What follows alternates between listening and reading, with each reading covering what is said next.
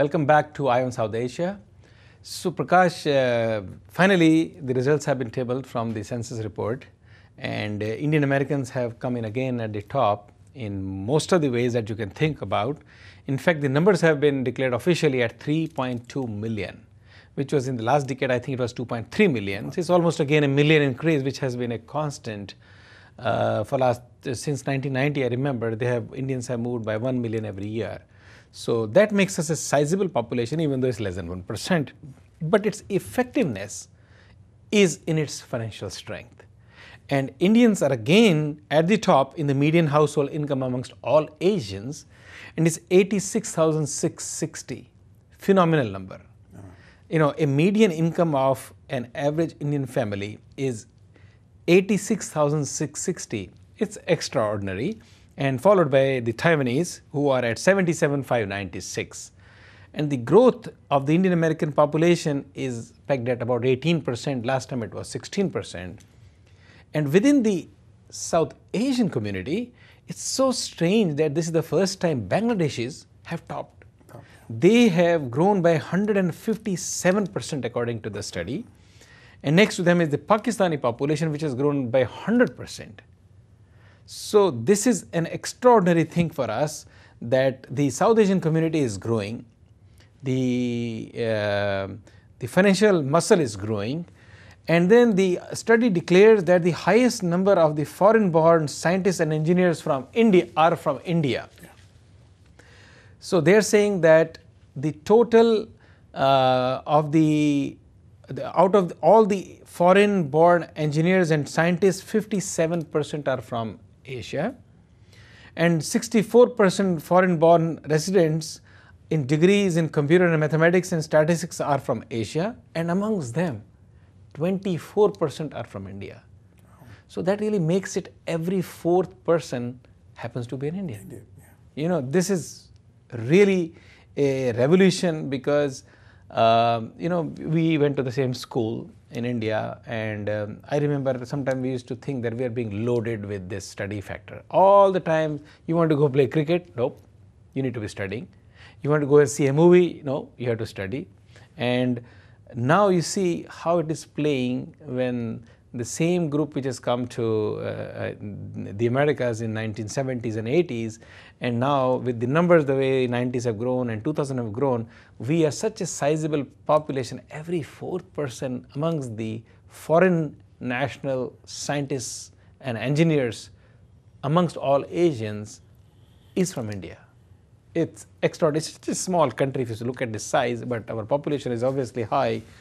I think this will do wonders for us. As a country, as a community, you would agree with that, right? Then it will help the next generation, whether it's the Bangladeshis or Pakistanis, with the larger population, largest presence, and obviously we are contributing by nature. We should have a very significant place in the coming years in North America. Yeah, when you see among the Indian population in the US, the profession-wise, there are over 100,000 Indian American physicians. Yeah. Which means 1 out of every 4 physicians are Indian, and the chances are 90% of the population are being treated by Indian one way or the other, either in the hospital or in the primary care or different level. And there is even a debate 2 days ago on one of the Republican candidates, aspirant, made a comment that he doesn't want to be treated by a foreign body. So that created a big uproar. But Indian attorneys approved Preet Bharara, Attorney General. So in every walk of life, 30 years ago, India is only important in medical. Now, even in acting, in movies, India's flag is flying very high in the US in every particular field of activity. Correct. And in fact, you talk about movies, I believe there are lots of talent who are in television programs. There are lots of talent. Their movies are playing all over many, many screens in North America right now. But we'll come to the entertainment factor a little later. Sure. And in the meantime, after the passing away of the Apple king, Mr. Jobs, Steve Jobs, they have appointed Arthur Levinson as the non-executive chairman. And he has been with Apple for quite some time as a board member. They have appointed him as a non-executive chairman who will be at the top of the game for Apple. And Arthur is being finally rewarded for a sacrifice that he made. He had a choice at one time to work with Google or choose to work with Apple, but he chose Google. And like I said, he has been a board member for quite some time, and in the past he has been very active. In fact, he has been also the longest serving co-lead director. And while Mr. Jobs stepped down as a CEO, this man would take most of the calls over there, while Steve still maintained his chairman position. But after his passing, now they have obviously appointed a very able person, and we hope that this person takes Apple to the next level and greater heights. And I continue to maintain that because this company has lots and lots of Indians. If you go to Cupertino, Bay Area, they have a sizable population which is of Indian descent, IT guys. So as the company does better, the fellow IT professionals will do as well in the company, under his leadership, of course. A very interesting development from Midwest, Chicago. The famous historic Des Plaines Theatre has been renovated, and it has been taken, this cause has been taken up by a fellow Indian, and he has really put the effort to grow it and redo it. In fact, the Des Plaines Mayor Marty Mohan said it's a wonderful addition to the downtown, and he says, look, this community did it mostly with private money, and it's a testament to what developers and owners can do when they put their own mind to it. So he is so appreciative of Dhitu Bhatt Bhagavakar and his family, who are primarily responsible for making this happen. It's a great thing to take a landmark building and renovate it, refurbish it, and take the landmark to the next level. Then we have Prakash, your friend, if I may call him, Krishnamurthy, who is from Chicago, and he's announced his candidacy, Raja Krishnamurthy, and his policies on women's issues initiatives he has recently released. Enlighten us about it. See, Raja has been actively involved in the politics after he became a successful lawyer. The only thing I remember 20 years ago when Barack Obama wanted to have a dosa, the only place you would remember is going to Raja's house. Oh, really? And Raja and his family used to make a very good dosa and idli. And at one of the point, President Barack Obama said, I got inducted into South Indian food thanks to my friend Raja. They were both together at the Harvard, so that's one connection. Now, Raja has really announced his candidacy and is picking up very good support. If you see the created constituency is going to contest, very hardly few Indians, but he's getting excellent support. And I'm sure he'll be the next Indian in the US Congress. Oh, well, that's quite expected with the way Indians have been doing. And I'm a little surprised because, like you said, he's from a constituency which does not have necessarily a large Indian population, but he's very popular. I met him recently at the launch of our own Chicago edition. Very pleasant, very smiling. I think we wish him good luck. Yes. In Chicago, again, there is a very interesting program that has been started by the Indian American Medical Association of Illinois. It is called Fit at 50.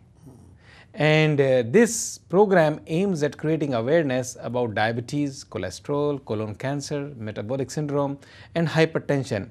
And they are providing free blood tests.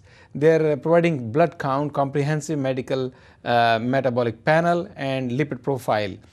It's I think going to catch up. This program is going to do wonders. And in the first round alone, I think they had about 30-40 people who benefited from this program. Very, very interesting development in Midwest and Chicago. In different areas, you have a Des Moines being refurbished. You have Raja Krishnamurthy aggressively positioning himself for his dream, which is congressman, and now seniors being treated very well through the Medical Association of Illinois. On the banking side, very interesting observation that has come forward from Joseph Reedy. He is the EVP and Director of Institutional Retirement Trust of Wells Fargo. Wells Fargo recently announced the takeover. Last year they took over Wachovia from East Coast. Actually, Wells Fargo was from East Coast, and then they, as we did in ION South Asia, the story about it, they set up their base eventually out of California. Now they took over Wachovia and created a grand bank called Wells Fargo. And they are saying, their study says that the age for retirement is going to be who knows, going up to 80 from 65, which is normal standard today. And as Reedy says, the fact that the vast majority of middle class Americans expect to work well past their traditional retirement age, it has a significant societal and economic implication. Because now what will happen is, if these people continue to work beyond their normal age of 65, those jobs will obviously not go to the younger generation. Yeah. But the interesting part is the younger generation hardly cares. The study says, according to the bank, younger people aren't counting much on the Social Security anyway. Wow. Middle class Americans really don't understand how much they will have to pay out of their own pockets for health care and retirement, according to the report.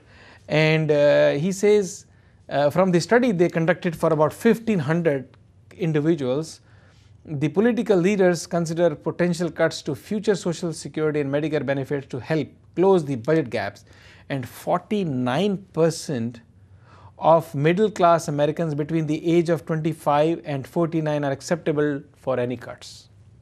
And the ones out of that, 28% between the age of 50 and 59 are little bit concerned, and the one between 60 and 65 are 19% and are willing to accept these cuts. So this is a great shift. You know, if the retirement age, I'm not saying officially, unofficially, grows to a higher number, the youngsters have a challenge because the jobs will not come their way. Wow. Your own President Barack Obama, you know, there is a very interesting story about him from this village called in Tamil, Kedrapalayam. And I believe they are worshippers of Obama. They in fact have a temple over there, which is under the Shrutika Foundation, and they have actually produced a movie called Om Obama. And the villagers in fact hold the temple they have built called Perumal. They dedicate it to President Obama, and they say the President Obama's rise to power is because of the blessings he got from the temple Perumal. And they expect that after the success of this movie, that President Obama would be coming and supporting this village, which is very strange, you know, a small village in Chennai, and looks at the President Obama as an inspirer, and they dedicate the temple to him. A group makes a movie about him, and they think his rise is because of the blessings he got from the temple, and now he will return the favors. I hope President Obama sees this movie, and because the movie has been recently screened at the Palm Beach International Women's Film Festival, and it's also available in a DVD. And by the way, the DVD copy was given to Mrs. Hillary Clinton. I hope she passes on to him. Very interesting thing, you know, for example, the American leaders are treated on par with Jawaharlal Nehru or Mahatma Gandhi. Because as a child, I used to see in my own home picture of John F. Kennedy, which my father used to hang prominently, along with Gandhi and Nehru. And even in every village, even an interior village we go, you find a picture of Gandhi, Nehru and Kennedy. This I told it to Ambassador Frank Wisner, who was ambassador in India. Of course. And he wanted me to come along with him to go and talk to villagers. He prepared a note for State Department saying how even in rural India, the US presidents are very popular, unlike even in their own country. Yeah. Again, this is another point is, Obama has always used to carry a mascot of Hanuman with him.